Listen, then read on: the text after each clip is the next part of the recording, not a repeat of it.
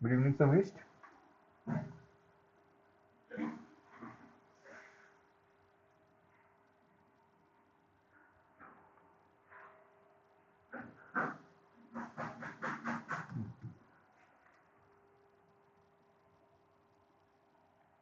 So I'm Rahul sir, and in the last chapter or in the last class, we have talked about the specificities regarding the specific CAM cycle and also the C4 cycle. Okay, so we have talked all that. Now we talked about all those things. So what's remaining in this chapter is we have covered most of the stuff, right? We have covered photosynthesis in the, you can say, bacteria. We have been able to cover photosynthesis in case of, you can say, the eukaryotes, and we have been able to cover the rubisco induced, you can say, formation of starch and sucrose both.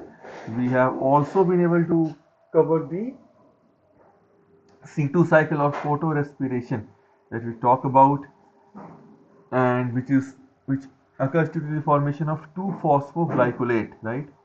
So we have done all that, and then we covered how does the evolution take place, and how does the, or how do the C4 plants they differentiate this specific, you can say, fixation of carbon dioxide and prevent the oxygenation activity of rubisco by differentiating this entire process in space. In space means they use two types of cells, right? Mesophyll cells and the bundle sheath cell. And the same thing it is divided between in it is divided in time in case of, you can say, the cressolation acid metabolism plants or the CAM plants, right? So that happens in the CAM plants. Now, when we talk about, you can say, synthesis of starch, okay, so synthesis of starch means you need something which is known as, you can say, a nucleotide known as ADP glucose. So that's the last thing that I'll touch upon briefly in this chapter, because more than that it's not in your course. Good evening, Pratham. So more than that is not in your course.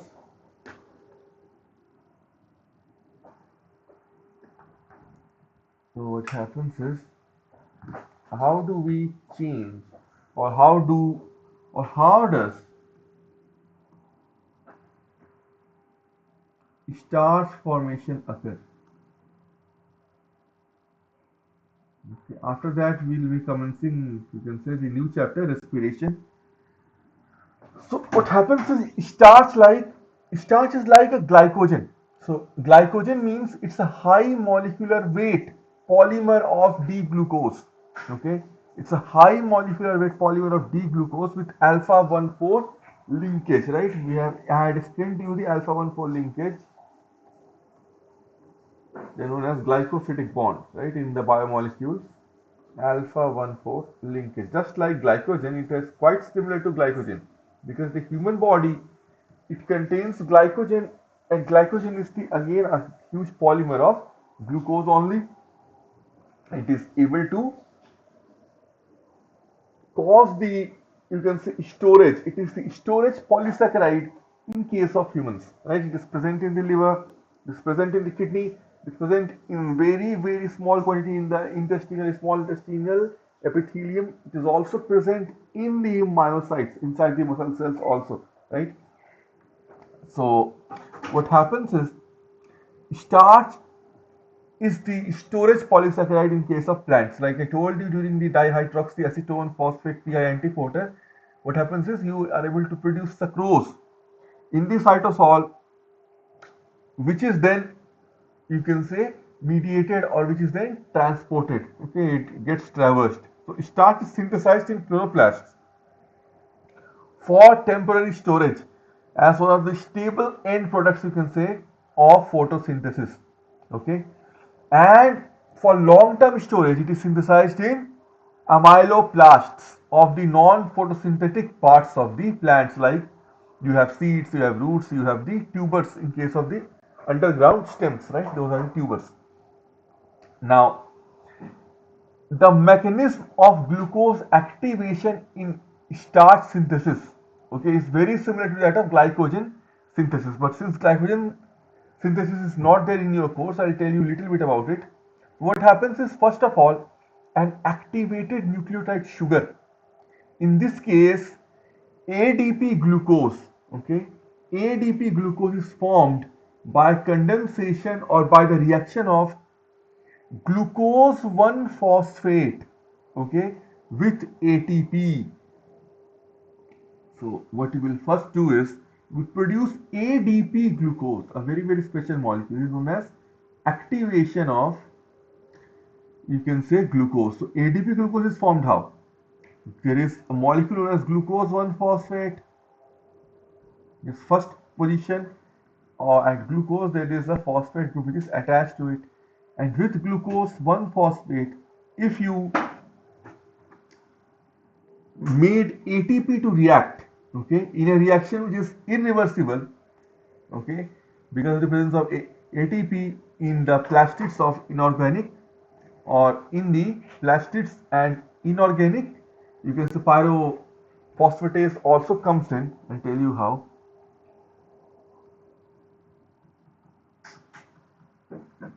ATP, okay, what it will do is you will get, you can say, ADP glucose, okay, and one more enzyme will come known as starch synthase, okay. Starch synthase will transfer glucose residue, okay, from ADP glucose to the pre-existing starch molecules. Then here you will be able to form ADP glucose plus PPI, okay, that will be the reaction. And then a second enzyme, suppose you have a starch molecule comprising of multiple glucose residues, okay, 1, 2, suppose like this, 3, 4, suppose this is your starch molecule. Now in order for the next glucose residue to be attached to the pre-existing starch molecule, you need ADP glucose. This acts as a high energy bond, and that will be broken down in order to get the glucose attached, okay. The phosphoanhydride linkage will happen with this one, this glucose will be attached, okay. Substrate will be, you can say, ADP glucose, and the enzyme for that reaction will be starch synthase. Again, no synthase and synthetase. This will not require any ATP or GTP, CTP, DTP, or any ATP analog. Okay. So in order for a glucose molecule to be accumulated into a pre-existing starch molecule, what you need is the presence of ADP glucose. Okay. Always know you need a presence of ADP glucose, and the enzyme is starch synthase, which will transfer glucose residues from ADP glucose to the pre-existing starch molecules. Okay. Now the monomeric units are almost certainly added to the non-reducing end of the growing polymer. Okay, just like they are done in glycogen synthesis also, but that is not in your course. Okay. Now, a starch is made up of two types of polysaccharides. Always know, very important from a PMT perspective or NEET perspective. It is made up of two types of polysaccharide. One is amylose, another is amylopectin. Okay, if you don't know, just note it down. Starch is made up of amylose and amylopectin.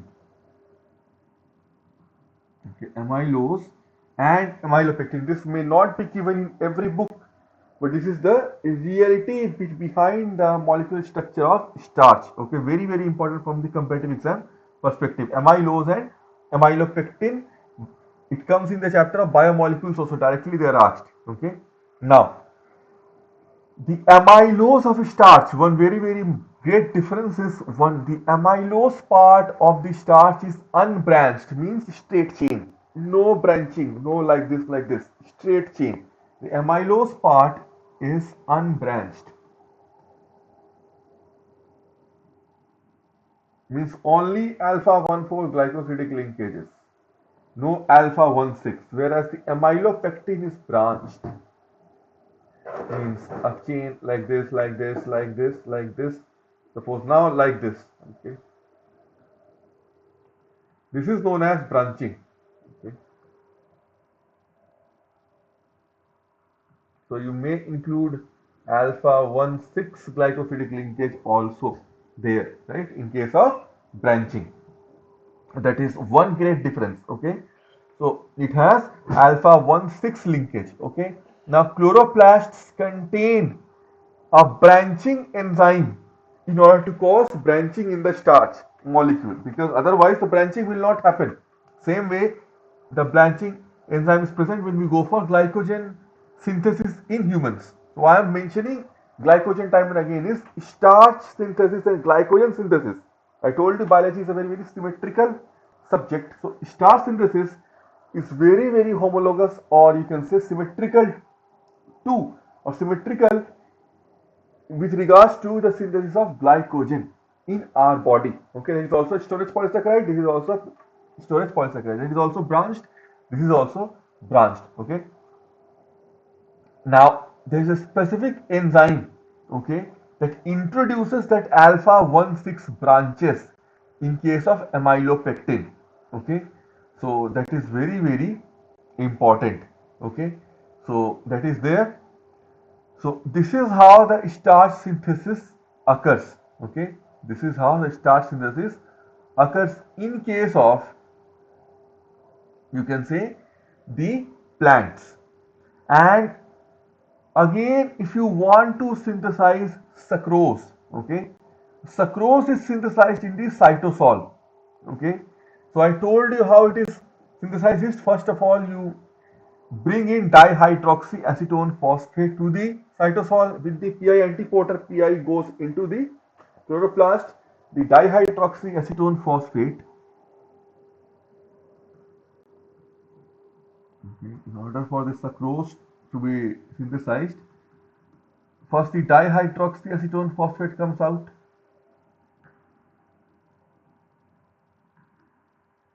Acetone phosphate. Okay, that comes out of the of the chloroplast, right? And then that dihydroxyacetone phosphate then will be converted via isomerase to glycerol phosphate, then aldolase it will become, you can say, fructose 1,6 bisphosphate, then phosphatase will come, so fructose 6 bisphosphate, and then through various reactions it will become sucrose, right? Then it will become sucrose. Now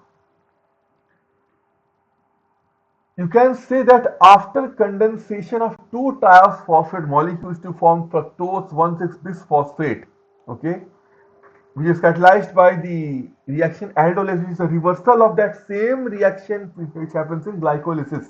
Okay, hydrolysis of fructose 1,6 bisphosphate occurs by bisphosphatase enzyme, and it yields fructose 6 phosphate. Okay, now what happens is there is a specific enzyme, okay, it is known as sucrose 6 phosphate synthase. It catalyzes the reaction of, you can say, fructose 6 phosphate with again UDP glucose. Okay, fructose 6 phosphate, when it is produced, you have again the activated glucose. Just like I told you, you require activated glucose in case of starch synthesis. This will be reacted with UDP glucose. Okay, UDP glucose molecule. Okay, to form sucrose 6 phosphate. So sucrose 6 phosphate synthase. Again, no ATP is required. Just like starch synthase.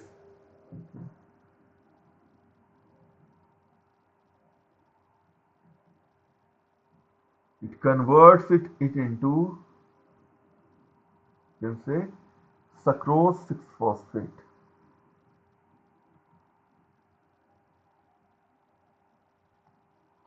And after sucrose 6-phosphate is produced, the sucrose 6-phosphatase, it will remove the phosphate group, making sucrose available for export to other tissues.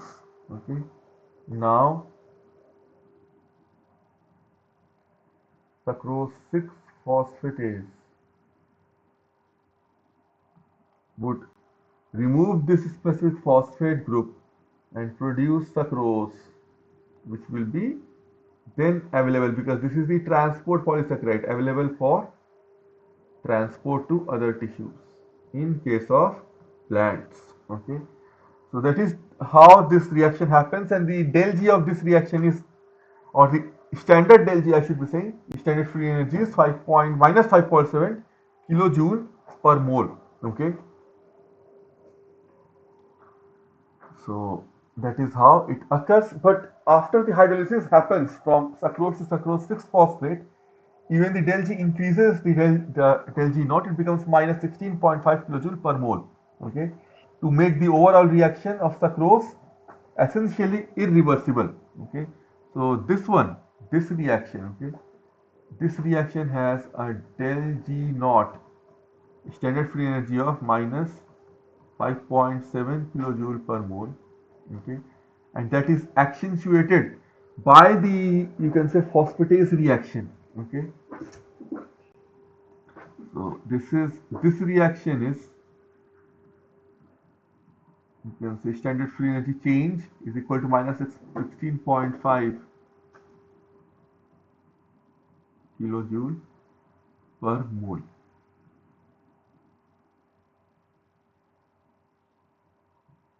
So it becomes an essentially irreversible process like that. Okay, so this is how, or these are the specificities regarding the, you can say, the initiation of, or the production of sucrose and the production of starch that can be asked in the comparative examination. Okay, that's the maximum that can be asked from this very chapter. More than this, it won't be asked. Okay, so we'll be switching now to your, you can say, respiration. Okay, we'll be switching to your respiration chapter.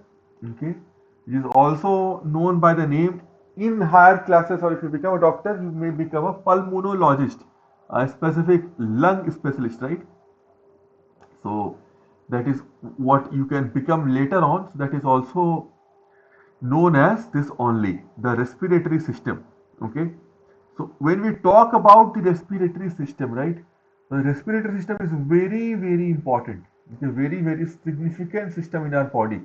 Without the respiratory system, we'll be ending up every time, okay, we'll be ending up every time with hypoxia.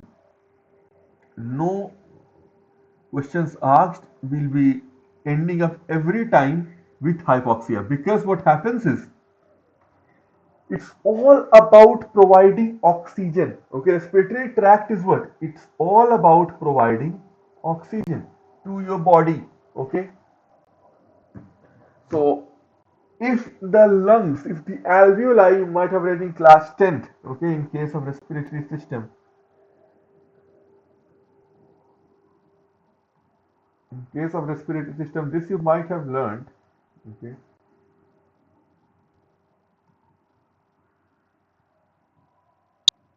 that if you are able to cause the exchange of gases, okay, exchange of gases through the alveoli, okay,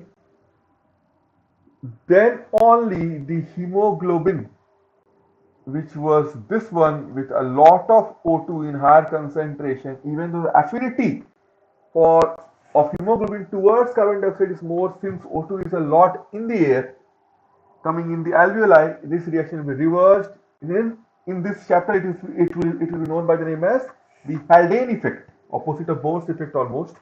So then it will become HbO2 plus CO2, and this will be circulated through the blood to each and every tissue, and then you are producing CO2 how? in the Krebs cycle, we were producing CO2. When isocitrate became alpha ketoglutarate, oxidative decarboxylation. Alpha ketoglutarate became succinyl CoA, again oxidative decarboxylation, and then pyruvate became acetyl CoA, again oxidative decarboxylation. So those are the sources of carbon dioxide in any cells, right?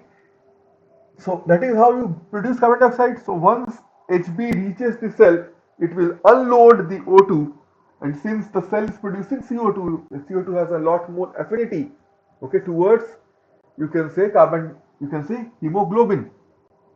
So that will replace this, and in the tissue, this happens in alveoli. In the tissue, the opposite reaction will happen. You have a lot of CO2 building up in the tissue. Now Hb has come with O2, this will be released, put back into the tissue, and then HbCO2 forms, which will again go to the alveoli and then exchange with it, and then we'll be able to exhale CO2. And I'll explain to you the exact process also, okay, which will govern the buffer in the body, because in this chapter we'll be studying the buffers in the body which we had discussed in the biotechnology class, like the H3PO4 system, the carbonic acid H2CO3, and then sometimes hemoglobin acts as buffer, and also in the end, the last resort to keep the pH in check is the protein. So proteins, they also act as buffers in the body.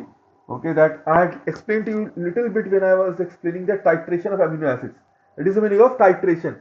We discussed the Henderson-Hasselbalch equation, if you remember, that you have a acid, it becomes conjugate base plus conjugate acid. Okay, so how, what is the meaning of buffer, right? Means at a specific pH known as pKa, if you remember, at their pKa, if you keep on adding H plus ions, the change in acidity will be minimum. Okay, that is why the pKa of an amino acid comes out to be, or that is how it comes out to be. Okay, pKa1 of the COH group, pKa2 of the, you can say, NH2 group. Okay, so that is how it happens. Okay, we'll revise that also, the Henderson Hasselbalch, to give you the entire, you can say, perspective about this chapter. Okay, so coming on to the functions of the respiratory system. What is the main function? Now I told you, if this oxygen carrying capacity or alveoli they fail, then oxygen cannot be transported. This reaction cannot occur. Okay, this very reaction cannot occur. HbCO2, HbO2 reaction cannot occur. If this cannot occur, then HbO2 cannot be loaded into the tissues which need it. Why do they need? Again, in the last chapter only we had talked about, during the electron transport chain that I was teaching you, that O2 is the best acceptor of electron. Otherwise, electrons cannot be accepted in complex 4 or by complex 4, and therefore you cannot generate the electrochemical gradient via the chemoosmotic theory. There will be no proton motive force and there will be no electrochemical gradient. And if there is no electrochemical gradient, the protons will not return through the complex 5 or F1, F not ATPase, to make that, you can say, ATPase work as a machine to produce ATP. So generally, essentially speaking, you cannot produce ATP in the first place, right? Without ATP, the cell will die, right? It will undergo necrosis. So because of this, that will be known as hypoxia-induced necrosis, cell death. Okay. Hypoxia means hypoxia, less oxygen. Okay. Availability. Like you have hypotension, less blood pressure, hypoglycemia, less blood sugar. Same way hypoxia. So one of the main consequences of the failure of the respiratory tract will be hypoxia, and then that leads to death. Okay. Now next up is the other functions of the respiratory system. Okay. The respiratory system has the following basic functions. You can write it down. This was the core function that I explained. But apart from this, the respiratory system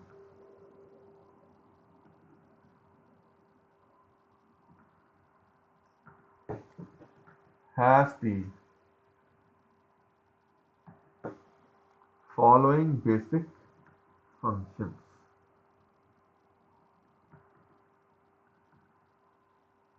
Now, number one is providing an extensive surface area for gas exchange.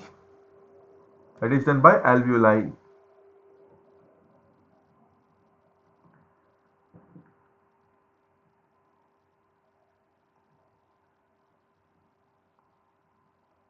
Surface area for gaseous exchange. Okay. Gaseous exchange means between air and circulating blood, right?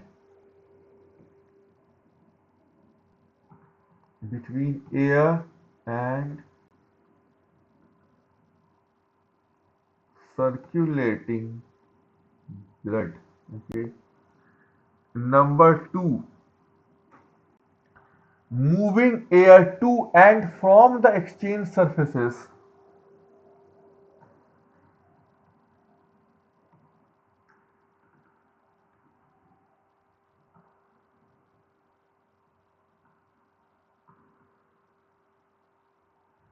Exchange surfaces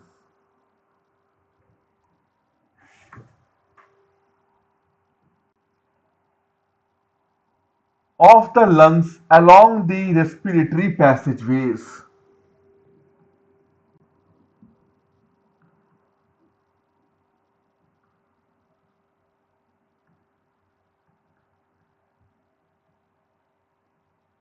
Along the respiratory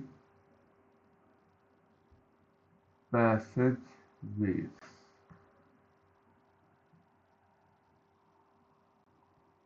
Then, protecting respiratory surfaces from dehydration. Then, you can say temperature changes and pathogens.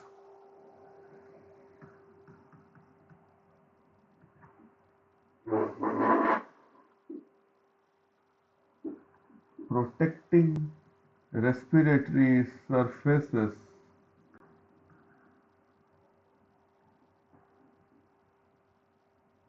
from dehydration. Okay. Then temperature changes and pathogens.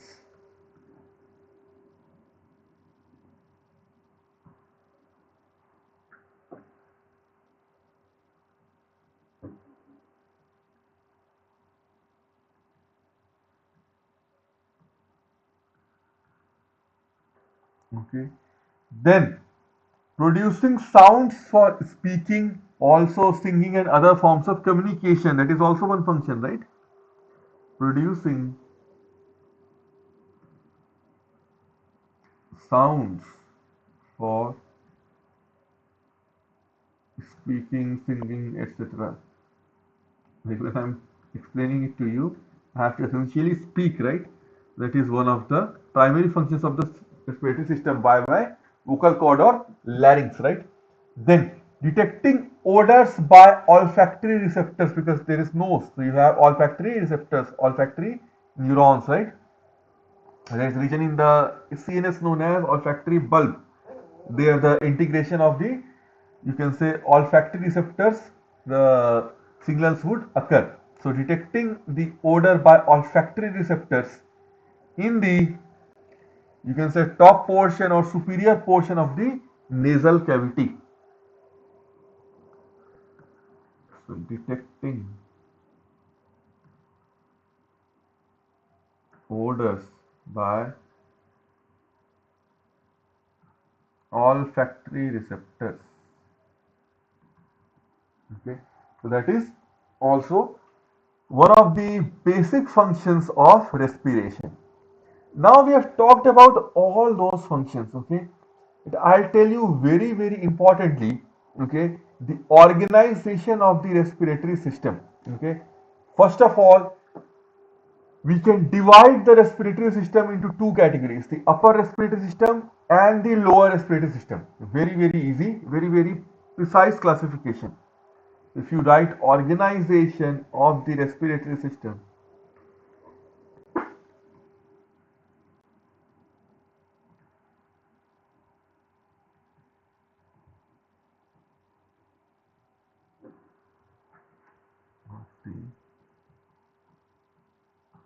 respiratory system.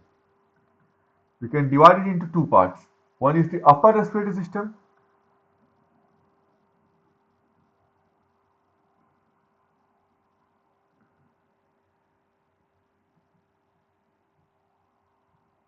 Okay, that contains the nose or comprises of the nose, the nasal cavity, the paranasal, you can say, sinuses, and the pharynx known as throat. Okay, so that comprises of nose, nasal cavity, the paranasal, sinuses. I'll explain to you what sinuses are. You might have heard of this thing that he has sinus, that has sinus. Okay, everyone has sinus. Okay, but the thing is the gap increases. Okay, so how that happens, I'll explain later on. So paranasal, sinuses, and the pharynx. That is the throat itself. That is no, that comes under the upper respiratory tract. Okay. Now comes the lower respiratory system or lower respiratory tract.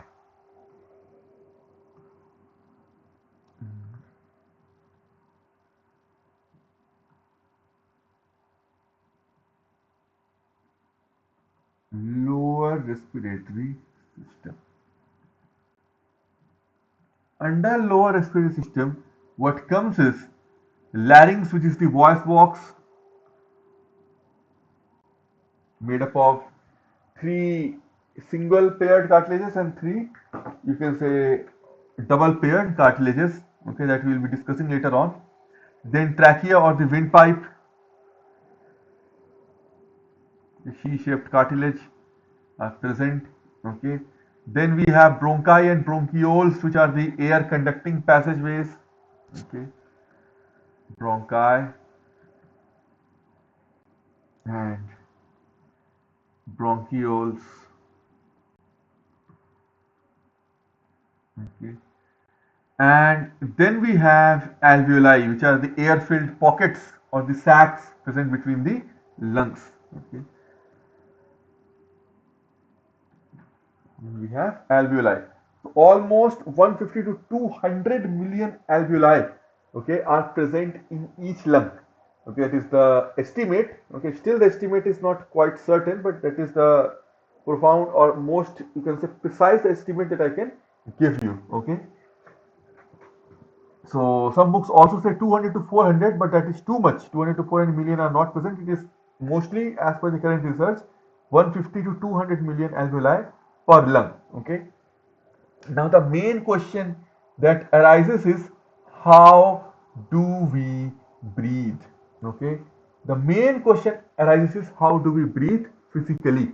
Okay. If we apply the laws of physics, how are you able to breathe? Okay. How do we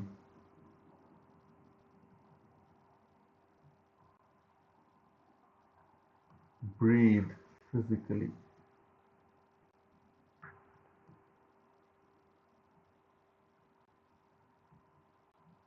Okay. Now, in order to decipher this, just imagine one thing that I have always told you when we were talking in the nervous system chapter about the influx of sodium, efflux of potassium. Okay, everywhere we have talked about certain gradient, certain potential difference, certain concentration difference. Right? It is known as production of gradient. So without gradient means everything as per the laws of physics, I told you del K plus del U will need to become zero. Okay, law of conservation of energy. Del U by itself it needs to become zero, because in photosynthesis chapter also I told you, I taught you that when the electron gets excited from its lower energy orbital to the higher energy orbital due to E equal to h nu. So you have studied the photoelectric effect also in chemistry, also you will be studying it in physics also. It will need a certain threshold amount of frequency or threshold level of frequency nu naught. So when the energy is h nu naught, then only you can cause the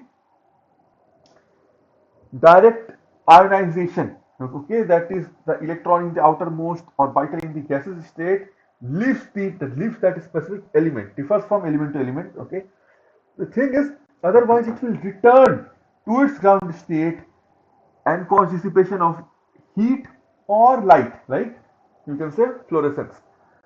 So the thing is, everything happens via a gradient.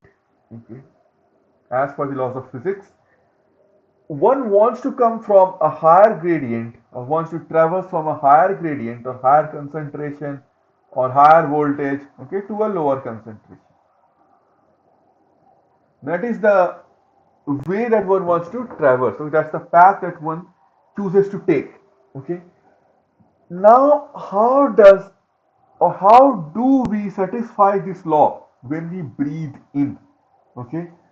So thinking about that, what is the atmospheric pressure? Okay, what is one atmospheric pressure? One atmospheric pressure is significantly, okay, equal to 760 mm Hg. That is one atmospheric pressure. Okay, 760 millimeters of mercury. Now, can you change this atmospheric pressure? No, this is not, you can say, manipulatable, okay, or not changeable, unchangeable entity. Now, while breathing in, okay, let's form a hypothesis. Okay, suppose we don't know about the biology, but we do know about basic physics. So let's form a hypothesis, okay, that the atmospheric pressure is constant, okay, and now in order for air to get into you, means from atmosphere, the air to travel from atmosphere to the lungs, means inside the body. So how much pressure should be inside the lungs? Okay, it should be more or less than 760 mmHg. Suppose atmospheric pressure has the value 760 mmHg. So the pressure in the lungs should have a value which is lower than, okay, 760 mmHg or not. Then the gradient is produced, and then you can have the traversal or movement of air from atmosphere to, or from atmosphere into my lungs, because the atmospheric pressure in the lungs is lower than that of the atmospheric pressure, and atmospheric pressure is unchangeable. It is an unchangeable entity, so it is fixed at 760. Suppose this is, suppose 758. The pressure in the lungs, okay, is 758. Atmospheric pressure is unchangeable. Okay, this is atmospheric pressure. Now, don't we have a gradient? So it will easily traverse from higher concentration to lower concentration, or higher pressure gradient to a lower pressure, or higher pressure value to a lower pressure value. Okay, or a place of higher pressure to a place which has lower pressure. Okay, so this is a specific gradient that it will follow. So this is the hypothesis that I am giving. In order to exhale, that I presented this hypothesis. Now let's flip it. Okay, how can we flip? In order to exhale, what can be done? Okay, just the hypothesis needs to be flipped. Means atmospheric pressure, always remember, you cannot change, right? What you can change is the pressure in the lungs. Now this pressure, this is during inhalation. Okay, during exhalation, what can be done is, during exhalation, the pressure in the lungs can be increased. Okay, this is again a hypothesis, only. The pressure in lungs can be increased and can be made to surpass the atmospheric pressure. Now it can become, suppose it becomes 762 mmHg. Atmospheric pressure is the same, okay, that is an unchangeable entity, 760 mmHg. Now again a gradient has been produced. Now the air can move out from lungs into the atmosphere because the pressure value in the lungs is more than that of the pressure value present in the atmosphere, right? Now from body to air. Now from body to atmosphere, the air can be transported, okay, or can be effluxed. That is known as exhalation. So without knowing a thing of about biology, I have put a two hypotheses which are essentially based on laws of physics, and everything in this entire world, okay, follows the laws of physics because we are made up of atoms only in the end, okay.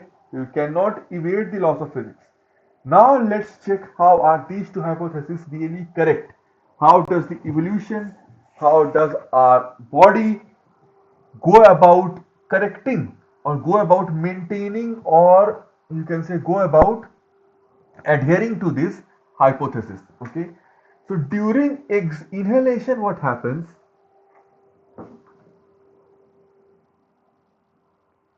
Before inhalation, there is a law you might have studied in chemistry known as Boyle's law. Boyle's law is what? You can say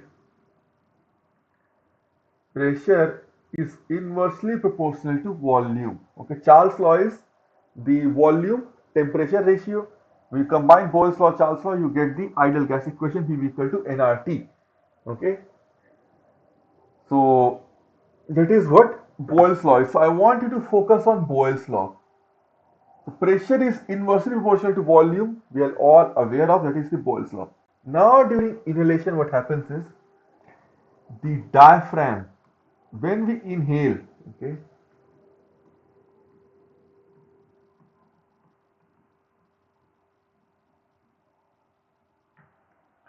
the diaphragm contracts. Okay, and the external and internal intercostal muscles which hold onto the ribs, okay, intercostal muscles, they also contract. Okay. Now, when they contract, just understand this for a fact. When they contract, you're inhaling.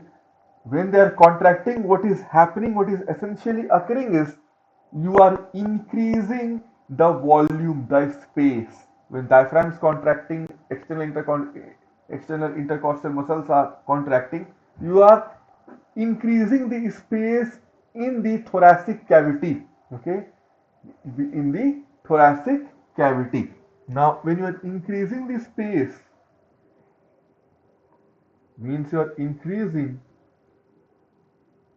volume in the thoracic cavity, okay. Yes, T1 to T12, okay. The 12, you can say, thoracic bones in the spine, okay. So thoracic cavity, and thoracic cavity and abdominal cavity is bifurcated at the diaphragm, right? Below diaphragm, that is the abdominal cavity. Above diaphragm is the thoracic cavity, okay. So when you increase the volume of thoracic cavity, just revisit the Boyle's law. Volume increases. What will happen? If volume increases, certainly something will decrease, pressure would decrease. And the pressure decreases to about, okay, you can say 760 to 758 mmHg, okay, 758 mmHg. And also there is something known as intrapleural pressure. Okay, we'll talk about intrapleural pressure in detail in the next class. That has a great concept that most of the people they don't know or they ignore because that's a little bit complex concept. But again, understanding of that is very essential. So we have between the parietal pleural membrane and the visceral you can say pleural membrane on top of the lungs, we have pleural fluid, okay, which will prevent shock absorption against mechanical shock to the lungs, right? The protection against mechanical shock. So that is pleural fluid. Okay. And entire thing is known as the pleural cavity. You have the two membranes, parietal pleural and visceral pleural membrane.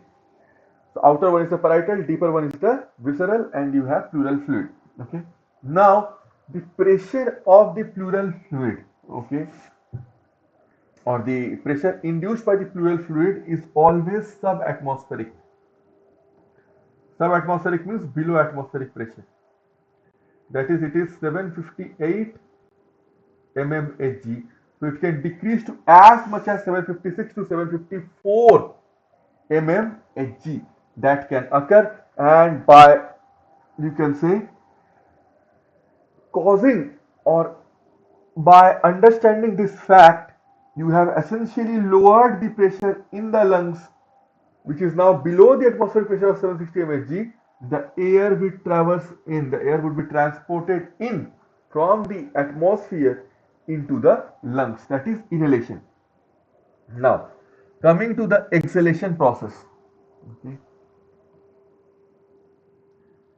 During exhalation, what would happen is you will see the recoil process, the recoil of the muscles, because the muscles are in the contraction mode. So recoil of the alveoli, recoil of the external intercostal muscles, recoil of the, you can say, diaphragm. So the diaphragm will relax. Just see, just observe when you are exhaling.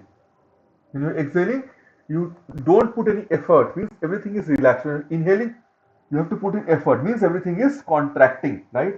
So the diaphragm is relaxing, the diaphragm muscle. The external intercostals again relax.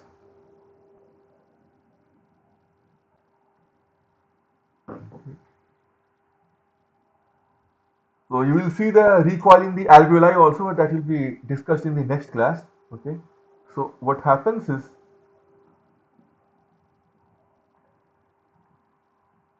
now due to recoil you are reducing the space, means you are reducing volume. Now again V is equal to 1 by P.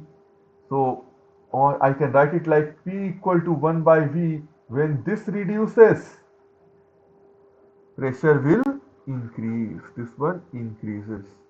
And due to the increase, what happens is the pleural pressure will also reach its subatmospheric level of 758 mmHg, and the pressure inside the lungs will reach a value of 762 mmHg. Okay. Now this is more than the 760 mmHg of atmospheric pressure, and therefore one will be able to exhale. Again, whatever hypothesis I put, by putting my physics knowledge into perspective, is now correct. So just think how your evolution has been able to achieve this milestone in ascertaining that that hypothesis is followed. Because if you do not adhere to the laws of physics, you cannot stay alive as a biological entity, right? So this is how exhalation happens. Okay. So I hope you are able to comprehend the lecture. If you had any doubts or queries, you can definitely contact me on my personal number. I'll reply to you as soon as possible. So in the next class, we'll be discussing more about the why intrapleural pressure is 758 mmHg or subatmospheric, or subatmospheric below 760 mmHg. Why is it always like that? And then we'll be discussing about the functional anatomy of the respiratory system. Okay, then thanks a lot. Let's meet you in the